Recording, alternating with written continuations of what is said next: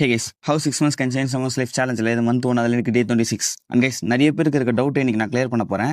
இந்த coding class சொல்றியே, அப்படி என்னதான் நீ படிக்கிறேன்னு கேட்டிங்கன்னா சொல்கிறேன். நான் ஒரு ஆன்லைன் கோர்ஸில் ஃபுல் ஸ்டாக் டெவலப்மெண்ட் கற்றுக்கிட்டு இருக்கேன். இப்போ கரெக்டாக பைத்தான் லேர்ன் பண்ணிட்டு இருக்கேன்.